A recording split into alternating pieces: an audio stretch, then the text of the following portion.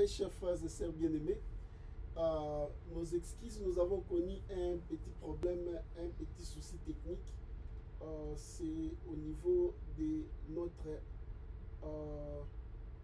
streaming. Donc, il y avait un petit problème de connexion. Et maintenant, nous voici. Nous avions encore relancé. Et à vous tous qui êtes là, merci d'être branchés.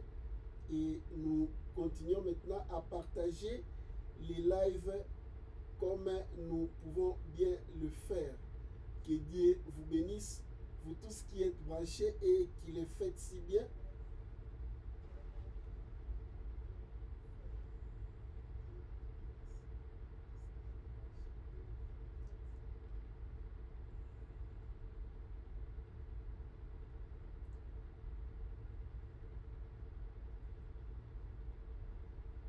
Voilà.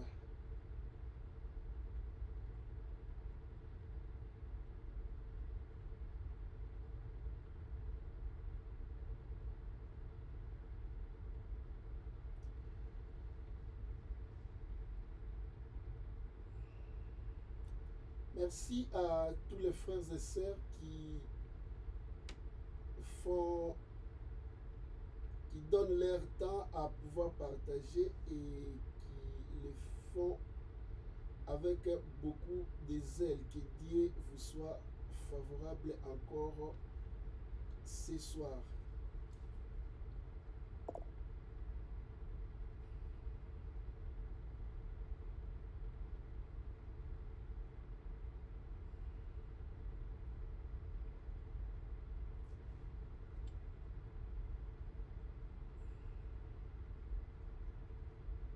Merci, merci, merci, merci.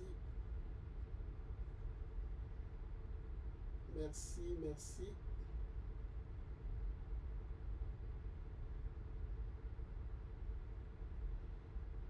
Et voilà. Que Dieu soit loué. Nous voulons donc continuer avec notre thème sur le salut. Alors, comme nous avions dit, le salut, c'est un grand thème. N'est-ce pas? C'est parmi les grands thèmes de la Bible. Et nous avions dit que le Seigneur Jésus-Christ, comme il est écrit dans 1 Timothée, chapitre 1er, verset 15, est venu dans ce monde pour sauver le pécheur. Et nous avions dit qu'il y a une relation entre le sauveur et celui que l'on doit sauver. Et celui que l'on doit sauver, ou les sauver, n'est-ce pas, doit faire appel au Seigneur, doit faire appel au sauveur pour qu'il soit sauvé. Et nous avions dit, qui est-ce que Jésus-Christ est venu sauver? La Bible nous dit le pécheur. Et nous avions répondu à cette question. Qui est le pécheur? Nous avions lu dans Romains chapitre 3 verset 23. La Bible dit car tous ont péché et sont privés de la gloire de Dieu. Et qui est donc le pécheur? Le pécheur, c'est tout être humain. La Bible dit tous ont péché. La Bible dit il n'y a aucun juste, pas un seul. N'est-ce pas? Et nous avions paraphrasé en disant que même le bébé qui vient de naître maintenant même, parce qu'il est un homme, il est humain, c'est un pécheur. Nous sommes pécheurs de nature. Personne ne t'a appris à pécher, mon frère, ma soeur. Personne ne l'a fait. Tu es pécheur de nature. Tu as trouvé en toi les germes du péché. Et ce faisant, les péchés nous éloignent de Dieu. Les péchés nous écartent de Dieu. À cause du péché, que nous avons besoin du Sauveur. Et il n'y a que Jésus-Christ qui a été envoyé par Dieu, n'est-ce pas, pour nous sauver, nous les humains. Jésus-Christ est la dernière chance pour les humains. Et il est le seul don que Dieu a donné au monde. La Bible dit dans le livre des Romains, chapitre 6, verset 23, car le salaire du péché, c'est la mort. Mais le don gratuit de Dieu, c'est la vie éternelle en Jésus-Christ. En Jésus-Christ. La vie éternelle en Jésus-Christ. C'est en Jésus-Christ que nous avons les salis. Alors, les salis, nous avions insisté sur le fait que beaucoup de gens, lorsqu'ils reçoivent Jésus-Christ, ils l'ont reçu par plusieurs circonstances. Il y en a qui étaient malades et qui avaient besoin du salut, c'est-à-dire de la guérison de leur corps. Il y en a qui étaient tourmentés par les démons ou par les envoûtements ou divers problèmes et ils avaient besoin d'un secours de la part de Dieu. Et beaucoup n'ont pas fait appel au Seigneur parce qu'ils se sont sentis pécheurs. Écoute bien aimé, c'est là que nous voulons insister et nous insistons en tout moment. Parce qu'il y a des gens qui croient que naturellement, ils sont bons et dans la société, ce sont des personnes respectables. Ils savent vivre avec des gens, ils sont bien éduqués. Il y en a beaucoup, ce genre de personnes.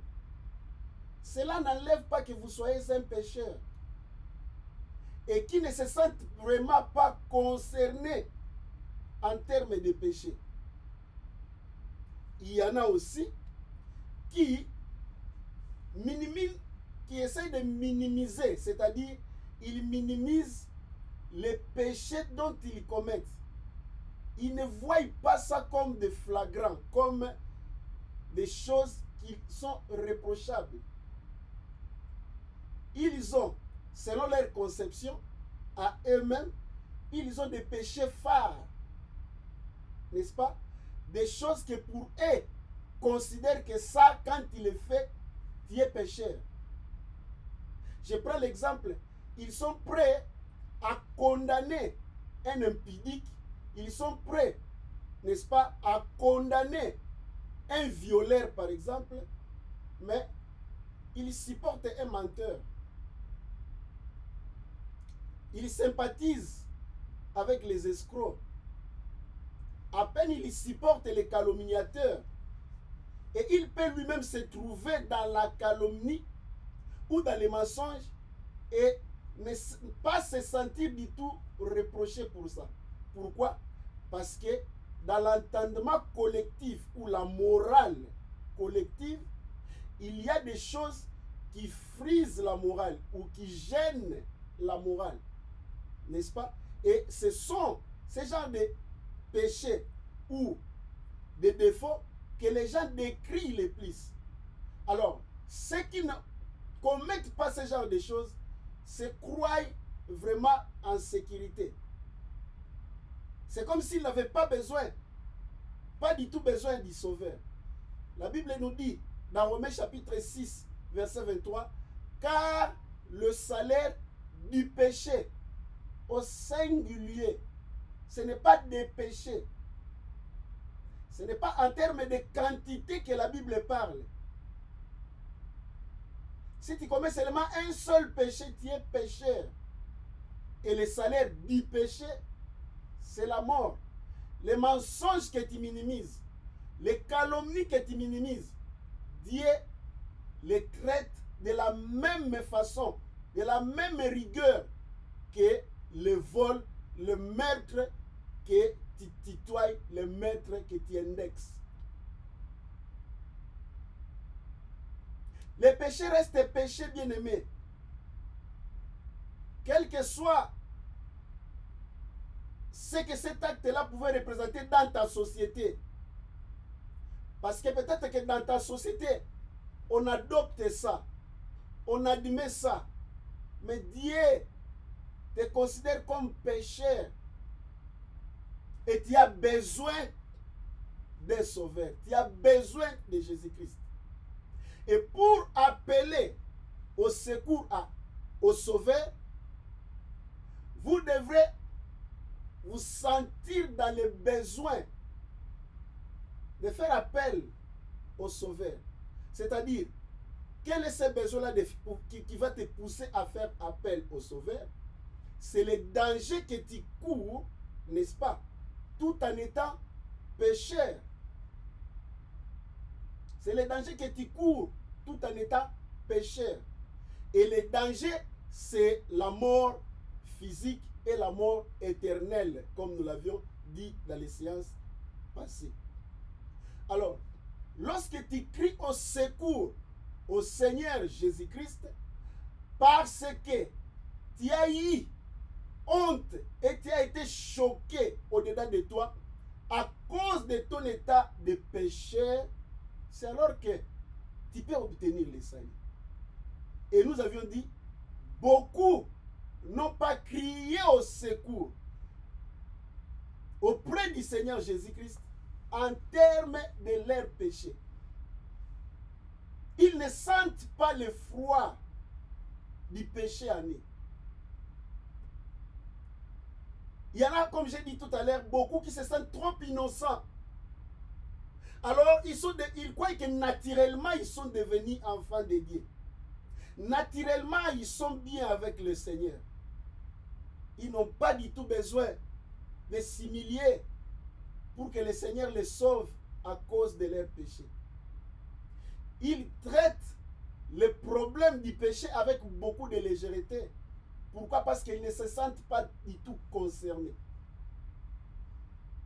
Ils trouvent qu'ils sont meilleurs par rapport aux autres. Ils croient que les dangers de la mort éternelle n'entendent que ce que, et d'après leur conception, qualifient des impies, tels que les homosexuels, tels que les lesbiennes, tels que les voleurs, tels que les bandits, les brigands et consorts.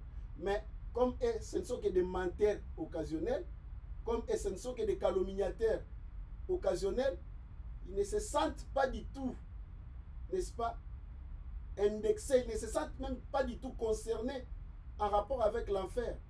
Je vous dis, la Bible dit, le salaire du péché, c'est au singulier. Traite ce qui te concerne de la même dimension que celui que tu indexes selon ta culture.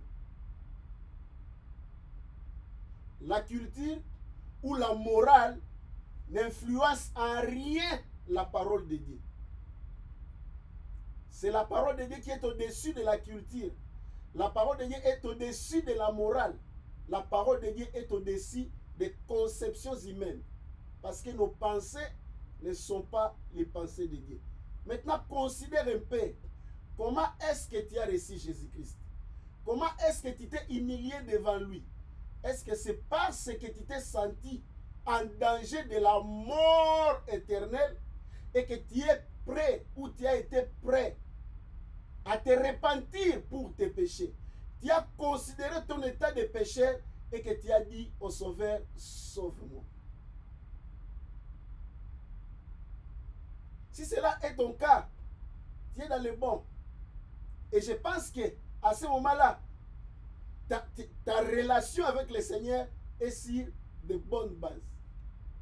Mais si pour toi, tu as fait appel au Seigneur Jésus, n'est-ce pas, seulement pour des aspects, des problèmes qui sont liés à la vie présente, il y a risque, bien-aimé, il y a risque que tu n'as pas encore fait une rencontre avec le Sauveur glorieux.